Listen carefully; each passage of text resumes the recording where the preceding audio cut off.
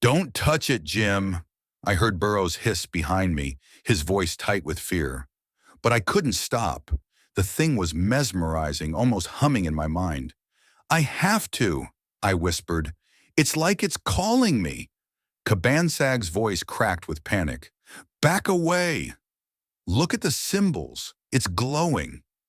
I reached out anyway. My fingers brushed the surface. "It's cold, almost alive." Suddenly, a pulse of blinding light exploded from the craft. The air sizzled with static. My radio died. We all stumbled back, stunned.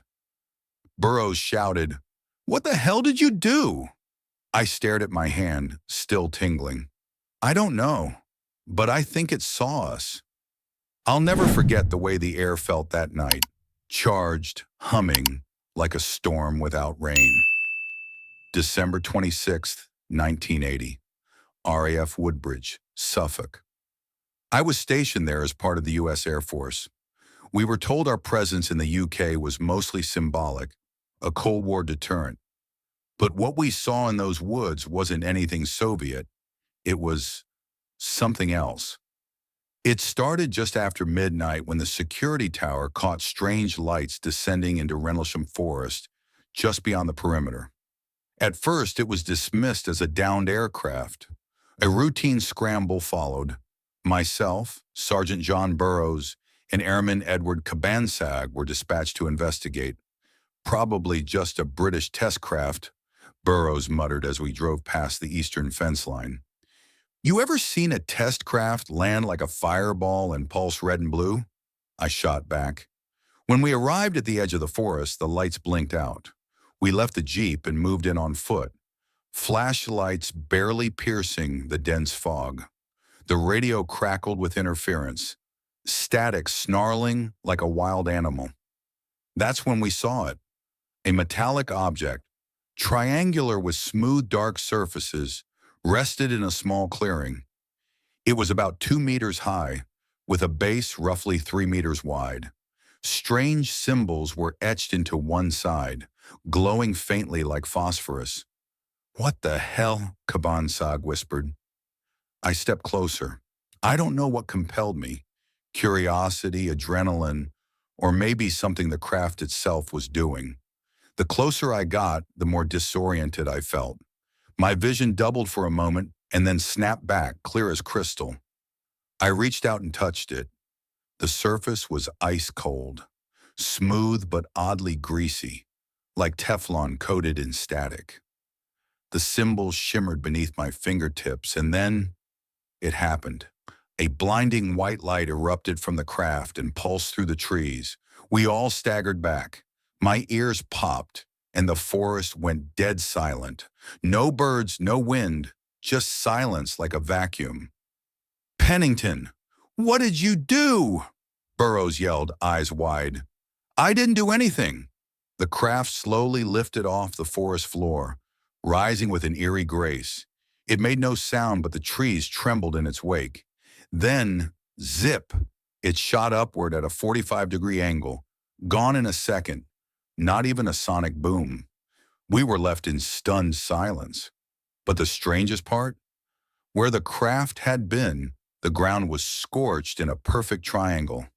Branches were snapped at the treetops in a precise pattern.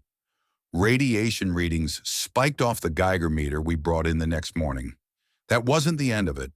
The next day, the deputy base commander, Lieutenant Colonel Charles Halt, organized a follow-up team. I was not included, too shaken, they said, but I heard the chatter on the secure channel. "Team Alpha to control. There's a light again." Same area. I held the receiver tight, heart pounding. Then I heard Halt's voice. "There's something moving through the trees. It's following us." Later, Halt recorded an official memorandum. Unexplained lights. But we all knew it was more than lights. That craft had landed. We had touched it. 3 nights later, I found myself unable to sleep. I had these flashes, images I didn't understand. Sequences of binary code scrolling in my head like a computer. Ones and zeros etched into my mind like a scar. I went back to the clearing, alone. Stupid, I know. The burn marks were still there. So was the static charge in the air. I dropped to one knee, reached into my pocket, and pulled out a notebook. I began writing the binary code as best as I could recall. It poured out of me like a dam breaking. I didn't understand it at the time, but years later, researchers decoded it. Exploration of humanity, continuous for planetary advance. Eyes of your eyes coordinates were embedded, locations of ancient sites, Giza, Nazca, Sedona. What did it mean? We still don't know. Burroughs, years later in an interview. I saw Jim touch the craft, and then it was like the air changed. The light wasn't reflecting. It was being absorbed. I don't know how else to describe it. Halt in his 1981 audio recording. There's a red light moving. It's coming. This way. This is Unreal Cabansag. Debriefing log. The object seemed aware of us. When Pennington touched it, I swear it pulsed like it knew. The aftermath was worse. We were ordered to keep quiet. Officially, nothing happened. Unexplained lights. That was the story. We were briefed, no, warned, not to discuss it with the press or our families. But the story got out anyway. Local Suffolk newspapers began reporting strange activity, trees burned in geometric shapes, farm animals nearby refusing to eat. Dogs wouldn't go near the site. Even the British Ministry of Defense took notice. A few of us suffered health issues. John had frequent nosebleeds. I developed insomnia and migraines. Cabansag claimed he saw things moving in mirrors. None of it was officially acknowledged, of course. Years later, when the Freedom of Information Act released Halt's memo in audio recording, skeptics said it was just a lighthouse beam from Orford Ness. A lighthouse. A lighthouse doesn't land in the forest and leave physical radiation burns.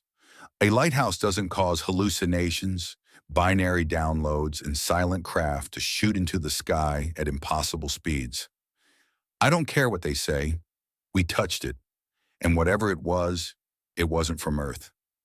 I keep the page of binary code in a drawer next to my bed. Sometimes I dream of the craft, hovering in that fog, glowing faintly, waiting. I don't know if it meant harm. I don't know if it meant to communicate. But I know this. It was real, tangible, physical. And when I touched it, something changed in me. It was like the moment was recorded in my DNA. The military tried to cover it up. Scientists tried to rationalize it. But deep in that forest, under a canopy of trembling trees and static air, something touched back. And some truths you can't bury in a memo. If this video made you skeptical, don't forget to like, share, and subscribe for more UFO stories they don't want you to see. Your support is how we fight for the truth and bring you the most compelling evidence on this planet. Stay curious, and we'll see you in the next one.